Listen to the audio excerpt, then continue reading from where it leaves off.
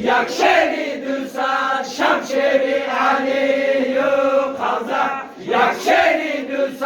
پیغمبری ما نشسته